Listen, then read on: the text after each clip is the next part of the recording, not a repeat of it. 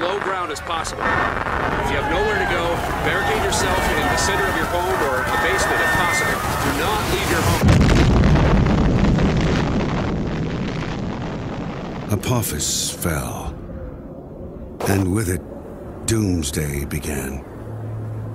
Annihilation was predicted, but it wasn't the end. id Software is no stranger to long development cycles, and, from the sound of things, their time with Rage hasn't been any different.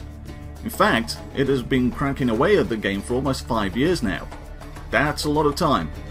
We recently sat down with the game's creative director, Tim Willits, to chat about some of the new technology behind the game, the newly announced multiplayer modes, and of course, some single player. Every game, and the reasons that games take so long is we develop technology. And, you know, as the id Software studio grows, we've added, you know, a second team that is piggybacking off our technology. So historically, we've always been very small, and we've made these games that have taken a long time. But you know, you can't rush perfection. But I think in the future, you'll see that we'll have games that piggyback on each other, you know, with the different IPs, same technology. The reality of the matter is that stuff takes a long time to do, you know, and it's bigger now, right? Yes. You need more specialization in more areas. Yes, yes. I mean, and game players have evolved. Us as developers have evolved. People, you know, expect everything plus the kitchen sink, you know. And you really, if you want to be a AAA game, you need to deliver those things, you know, and you can't rush that. It should come as no surprise that Rage will feature robust multiplayer. However, a co-op mode and competitive car combat is probably not what you were expecting. Driving will be an integral part of Rage, and instead of creating the same multiplayer gameplay you've been seeing time and again this generation, id opted to try something different, something they consider uniquely Rage. Well, you know, for us, Rage is, you know, is definitely a single-player experience, you know, and it's not a short game. There are a lot of games out there you finish in 4 hours and you're like, really, I paid $60 for this? That's not going to be the case with Rage. But there are things that just naturally fit, you know, like the vehicle rally combat stuff. We were like, wouldn't it be fun if you could do this with your buddy? And then the same with the Legends of the Wasteland. That's our co-op offering, where we have a rich story, we have a rich diversity of characters and environments, and we thought, wouldn't it be fun if you could play with your buddy? And split screen is the only way to play co-op, in my opinion. And so that's, you know, a great thing to do.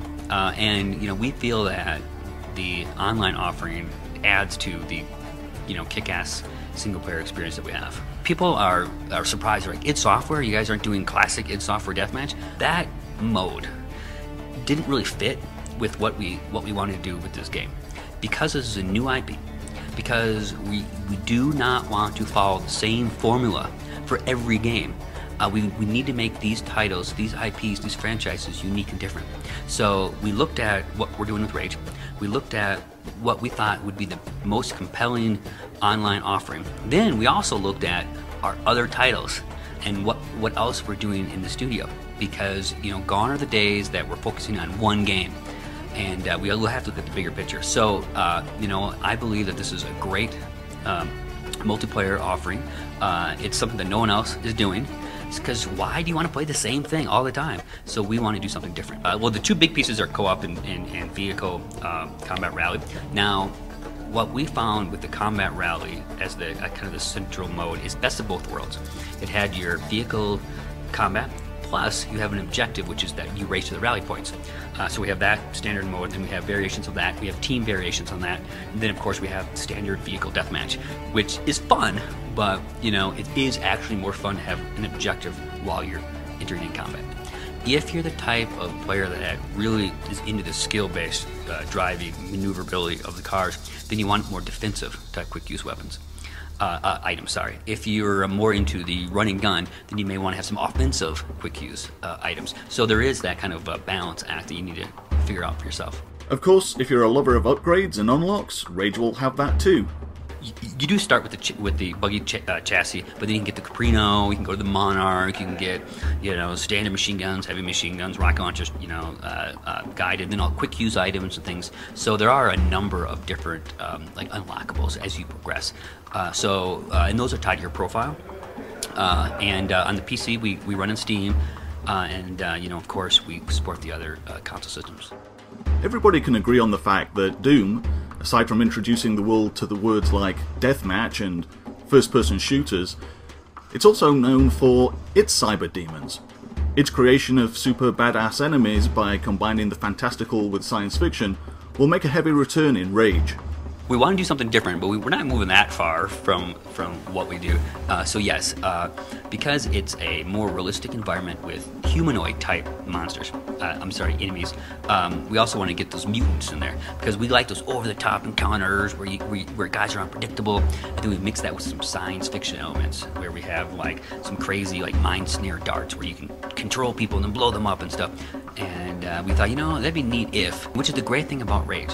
We've had the luxury to do that, and we're not constrained into a fiction or a setting, which is really exciting about the Rage universe.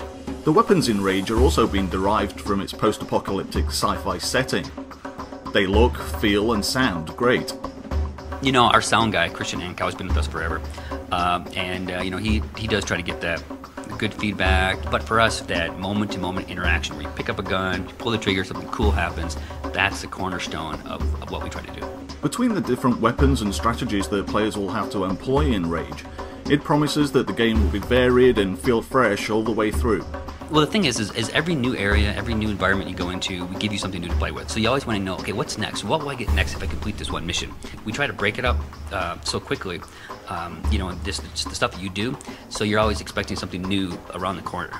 And I know players today have ADD, and some people actually prefer these 4-hour games, but there's enough compelling hooks that I think will drive people forward. Plus, there's a long learning curve because the game is complex. It's not just shoot everything with your shotgun, as you saw. You need to learn how to use everything, and that's really compelling.